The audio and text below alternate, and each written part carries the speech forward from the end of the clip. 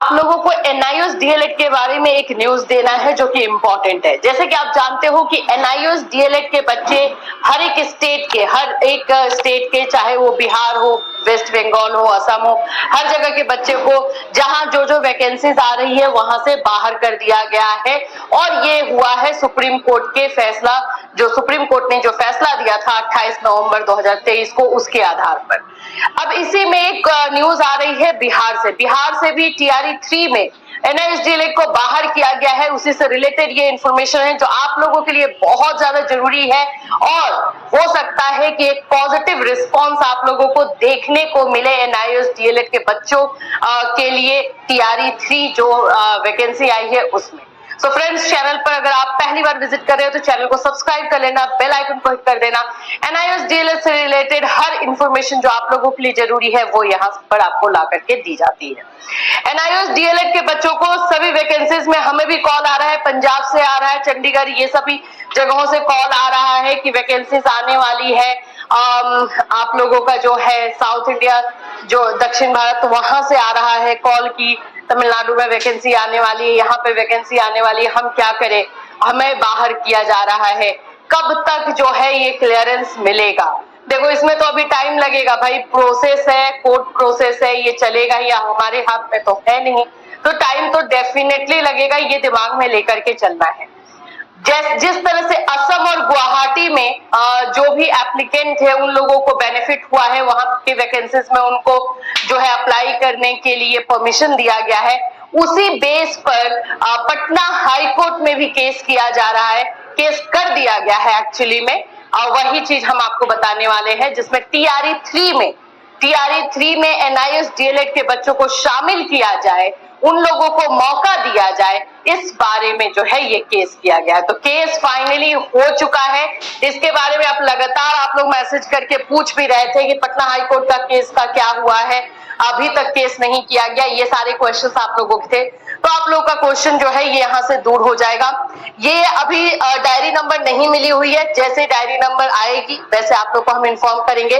बस ये अभी इंफॉर्मेशन है कि केस फाइल कर दिया गया है। केस में मैं यहाँ पे दिखा देती हूँ, Malti Kumari and others versus the state of Bihar and others, ये आप लोगों का जो है रहेगा, और ये केस जो है हो चुका है। ठीक है, जैसे इसके रिलेटेड और कोई इन्फॉर्मेशन आएगी हम आपको बताएंगे। अब क्वेश्चन आप लोग का ये आएगा, क्या मैम इसका फर्क पड़ेगा, क्योंकि आज हो गया है 21 फरवरी, अभी आप लोगों का जो लास्ट डेट 23 फरवरी है, और फाइन के साथ अगर हम देखते हैं तो 25 फरवरी है। 25 फरवरी तक में अगर यहाँ पर हियरिंग का डेट आ जाता है, सुनवाई होती है, और ये बोल दिया जाता है कि हाँ एनआईओएस डीएलएड को के बच्चों को शामिल किया जाए तो उनको मौका मिलेगा, राइट? यही आप भी सोच रहे होगे।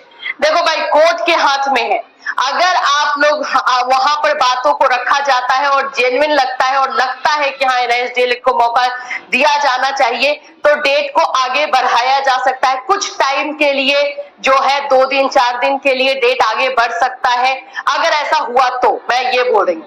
तो ये ध्यान में अगर आप लोग के है कि 25 फरवरी तक लेट फाइन के साथ ही जो है ये फॉर्म भरना है, उसके बाद क्या होगा, उसके बाद अगर इसका रिजल्ट कुछ आता भी है तो क्या होगा, तो उसमें आपको नहीं डरने की जरूरत है, क्योंकि ऐसा अमूमन ये देखा गया है कि अगर कोर्ट ये फैसला सुना रही है और उनको भी पता है कि भाई 23 फरवरी 25 फरवरी लास्ट डेट है और अब ये हम फैसला दे रहे हैं, तो वो इन चीजों को दिमाग में रख करके देती है, तो उसमें आप लोगों को टेंशन नहीं लेना। लेकिन पहली बात ये है कि इसको जल्दी से जल्दी इसका हियरिंग करवाया जाए और वहां पर अपनी बातों को सही तरीके से रखा जाए। जिस तरह से असम और गुवाहाटी से पॉजिटिव इंफॉर्मेशन आया है, वैसे बिहार से भी एनआईओएस डीएलएड के बच्चों के लिए जो है गुड न्यूज आ जाए, क्योंकि अगर हम देखें तो टीआरई 1 में बच्चों को फॉर्म भरने का मौका मिला, टीआरई 1 के सप्लीमेंट्री रिजल्ट से बाहर कर दिया गया, 2 में मौका ही नहीं दिया गया, एंड 3 का भी अभी वही हाल चल रहा है। तो ये चीजें जो है अब थोड़ा सा देखने वाली हो गई है कि इसमें क्या मौका मिलेगा। हम सब फिंगर क्रॉस करके हैं, प्रे कर रहे हैं कि मौका दे दिया जाए, और बट हम अभी हमारे कहने या फिर हमारे बोलने से तो नहीं होगा, वहां पर जो होगा सो उसके बारे में हम आपको अपडेट करते रहेंगे। बस हमारे हाथ में जो चीज है कि हम प्रे कर सकते हैं, प्रार्थना कर सकते हैं कि मौका मिले।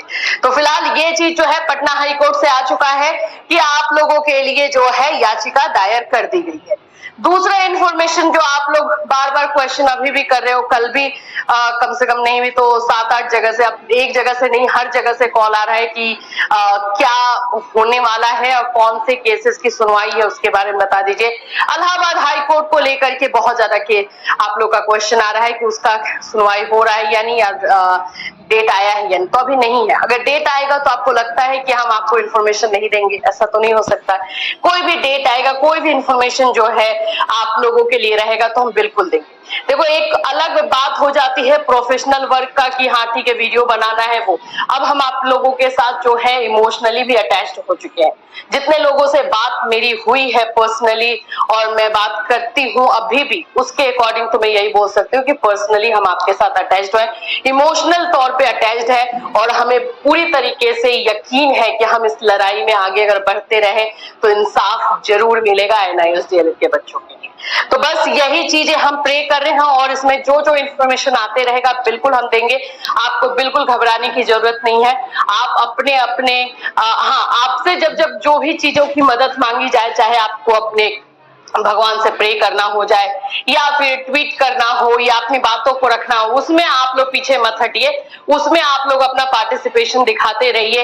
और वहां पे हम जब 14 लाख नंबर की बात करते हैं तो जहां 14 लाख नंबर हमें दिखाने की बात आएगी वहां पर आप खड़े हो जाइए। बस यही चीज चाहिए और जिस तरह से लड़ाई चल रही है हम इसको आगे बढ़ाते रहेंगे।